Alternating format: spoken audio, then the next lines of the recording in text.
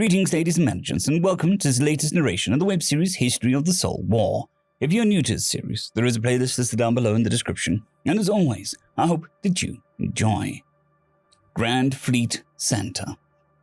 Minutes from Federation Council Meeting 6939, last meeting of the solar cycle before breaking for the Renewal Festival.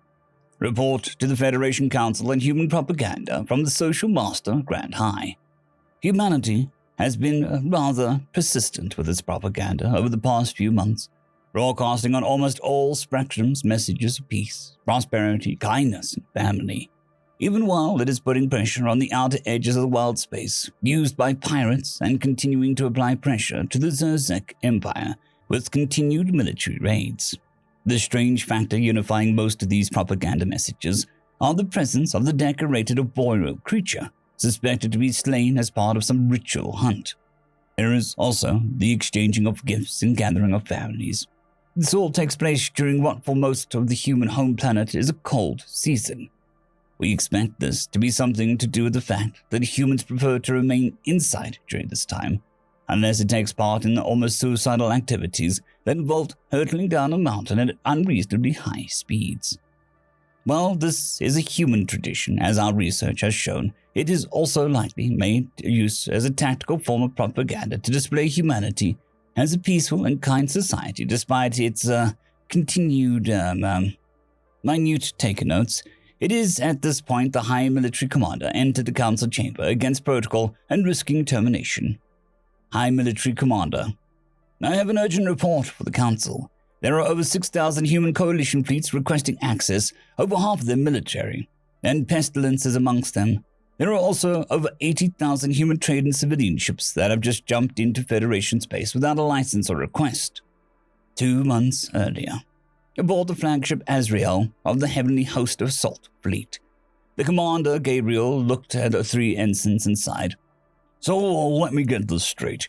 You were caught planning to steal one of the Seraphim lighter craft and go, he paused to look at the report he was given, gift-giving and spreading holiday cheer in the form of care packages across the Federation. There was a collective shuffling of feet from the offending troopers and suppressed giggles across the bridge.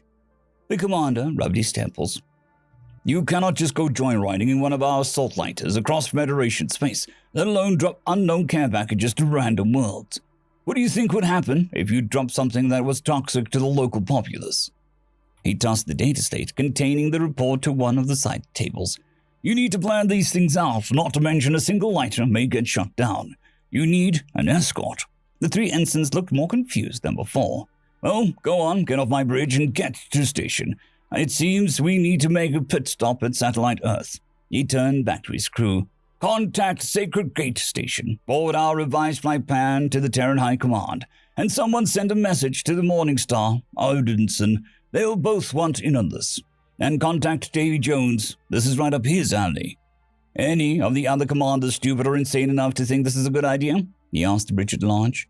There was a pause as there was some consideration. After a few moments, one of the communications officers spoke up. Maybe, sir. This seems like something Arthur and his lot might be up for. The commander nodded.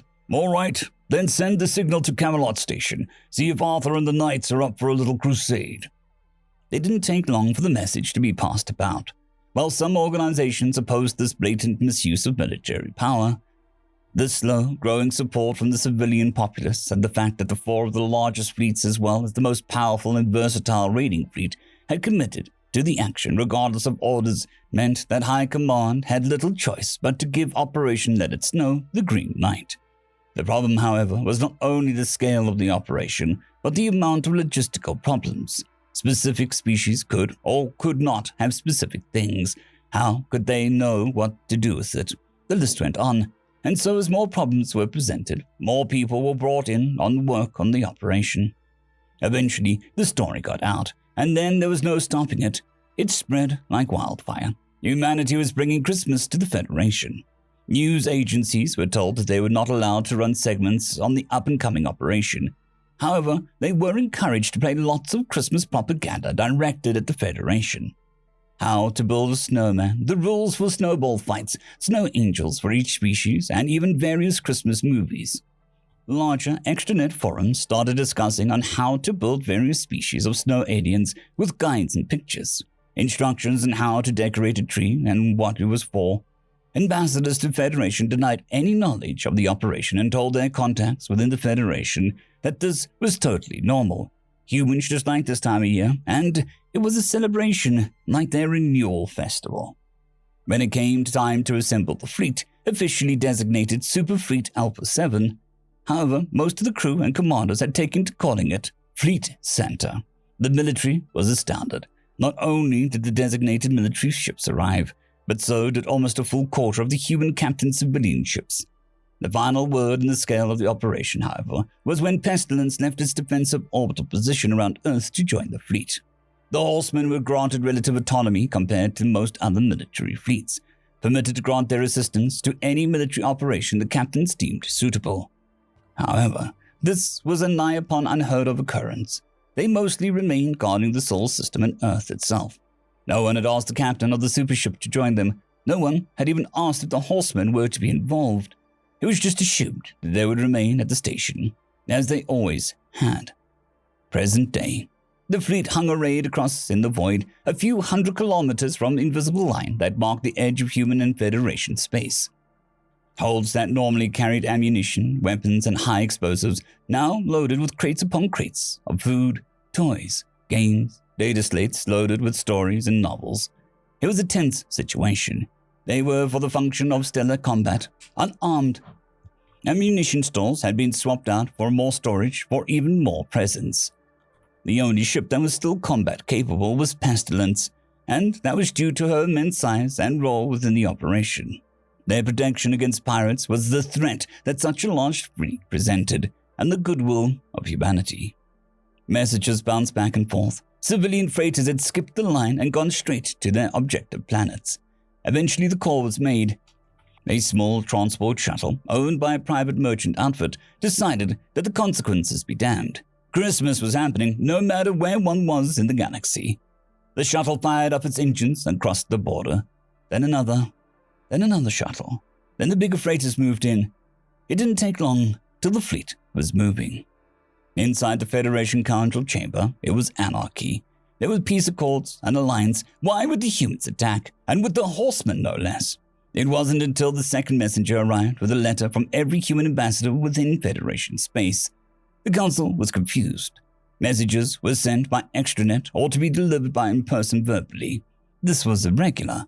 They knew the humans communicated by letter sometimes, but that was for interpersonal relationships. Treaties were also signed on hard storage. Was this strange mass demand for surrender? The Council demanded the messenger open one of them up, so at random she did, reading it out for the Council to hear. The front says, peace and goodwill to all, and appears to have a picture of some kind of small building with a star. It appears to open so it can be propped up, as if to display itself. There's nothing inside but a message. The Council insisted she read on, still under the impression this was some kind of trick. The inside reads, to the Federation High Council, I hope this card finds you well. Christmas wishes and enjoy the gifts. Best regards, Ambassador of Agriculture and Farming, Alexander. P.S. The fleet is bringing gifts. The messenger looked up at the council members, who looked at each other in shock. There was a sudden flurry of activity as the council members forgot their standing and moved to the floor of the chamber and started opening the messages. All of them were very similar. Folded, reinforced paper with some message of happiness or goodwill on the front and various depictions of all kinds of things, from trees to smiling old men in strange hats. All of them also had very similar messages, wishing the council and the entire Federation well, and insisting the fleet had no intention of harming the Federation. Eventually, it was decided that the council would visit one of the human ambassadors to demand an answer. In the void of space, the flotilla of ships that by now officially designated itself in humanity's records as Grand Fleet Center had arrayed itself and jumped to FTL. Each ship had a destination. Each ship's cargo was specifically selected for the species of the target planet. Pestilence, however, had another objective. The Horsemen jumped from one Federation system to the next, deploying drones in each. Bjorn Odinson sat in his command chair. The man was the largest commander in the Acer fleet to date, almost 7 feet tall and built like a tank. His elevation to commander had resulted in the command chair needing to be replaced to suit his size. Rather than his normal uniform, he wore a bright red outfit with fluffy cuffs. He had even dyed his normally ginger beard white. The whole ensemble was capped off by what sat atop his head. Rather than a normal soft cap of a command sat a bright red Santa hat. The pom-pom in the end, flashing on and off, was internal light. "All right, let's show the Federation what Christmas means. Set course, slow orbit, match location with the primary city. Deploy the jingle bombers." He sounded like he was enjoying this far more than he had any right to. The command bridge, however, did their best to suppress giggles and followed the orders. All across the Federation, military outposts were in a state of disarray. Humanity ships were pouring over borders and checkpoints without regard for protocol or for customs checks, all while broadcasting a disorienting combination of rescue ship codes, cheery human music, and wishes of good health and joy to anyone who could hear them. Outpost 7 Delta 6 received a request to dock from a human cargo ship. Confused and unsure of what to do, the commanding officer approved the request, just so that they could ask the humans what was going on. He suspected this was some kind of strange psychological warfare or something. Two of his underlings insisted that it was nothing but good news, citing some obscure extranet forum they were part of. What the commander didn't expect was that his underlings were correct. The human cargo ship docked and instantly began to offload cargo. The commander had handed a small box wrapped in some kind of shiny paper. Flustered and out of his depths when told that it was his, and he should open it by one of the crew members, he did so, only to be greeted with a box full of crystallized honey. For his species, the substance was a natural high that was sold with strict tariffs and quite a high price. The commander stuttered and attempted to hand the box back, only for the human crew to laugh at him and insist that he keep it. It was a gift from humanity to him. Every other member of the station was sought out and handed boxes. These ranged from small boxes of crystallized honey to collections of the latest human-produced video games. The human ship's engineer handed over a comparatively huge crate to the station's engineering team. The crate, it turned out, was full of custom-made toolboxes that followed the owner around and were voice-activated to hand over the precise tool asked for. The station's crew was shocked and perplexed, and became even more confused when the humans began to set up a large table and cover it in food. The two underlings took the time to explain what they'd seen in the extranet forum and what they'd been told by the humans. This was a celebration of kindness and family amongst humans, to be shared with friends and competitions, of gift-giving and receiving and joy in food.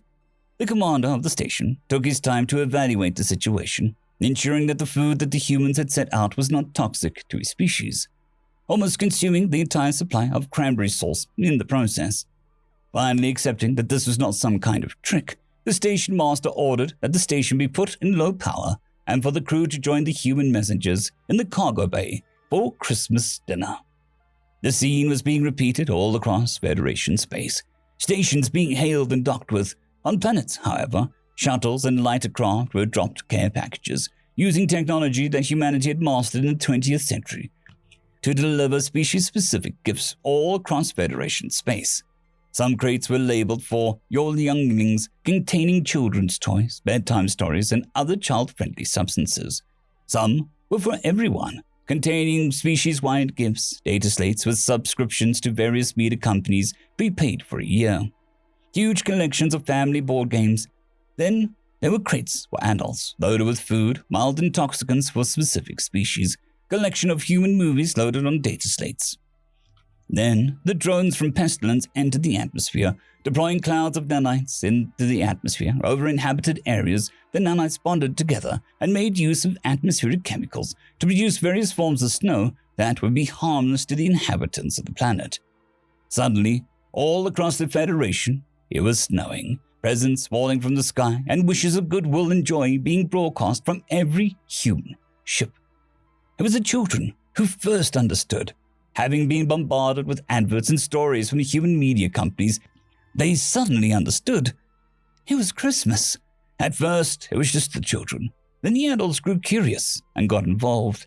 Species that had never seen humans were having first snowball fights, building snow humans or snow aliens. On the Federation capital world, the council was marching through the streets towards Ambassador Alexander's residence while this was happening. Having left in a hurry, their aides were still trying to collect the required data slates and information for such a visit. The council members reached the gated and guarded ambassador's residence. 2 burly guards looked at the council as if demanding to know why they dared to come without forewarning or an invite. The lead council member drew himself up to 4 meters of height that the strical form offered, ready to demand entrance and explanation, only to suddenly deflate as the gate was flung open by Ambassador Alexander, dressed in a strange gown, soft shoes with no back, and a red floppy hat, a glass of some red liquid in his hand.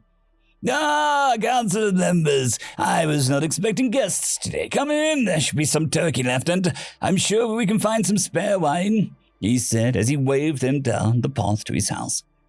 This was not what they were expecting. They were expecting the normally blustery pontificating ambassador of agricultural and farming, not the cheery half-dressed man they encountered.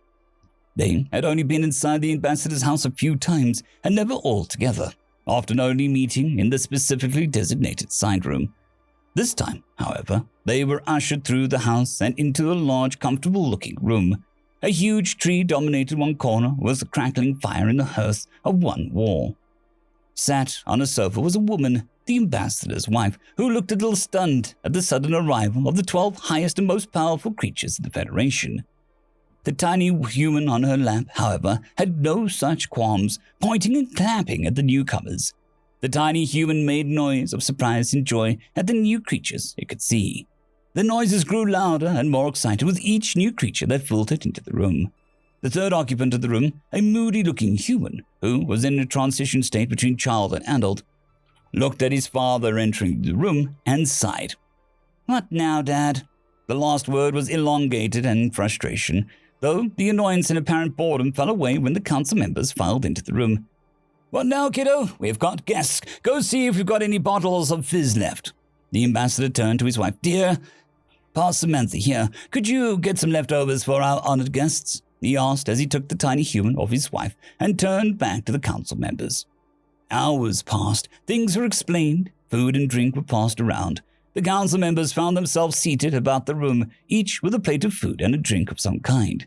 The tricolor council member, a 3.5-meter monster of armor plating and battle scars, found itself the favorite climbing frame of the ambassador's daughter, who, he discovered, was barely 2 cycles old. The other council members were shocked to see the normally stoic and taciturn tricolor council member become the doting and caring creature, looking carefully after the tiny human. The human ambassador insisted they call him Alex, and sat teaching several of the council members card games on the floor, while the ambassador's son played video games with the Korsk and Ordine council members. The ambassador's wife, who introduced herself as Annie, sat overseeing the whole thing, aided by a Scythian council member who had turned out having keen interest in human crafting hobbies, and so was getting a lesson on the correct way to knit a pair of socks. And so, Christmas had come to the Federation.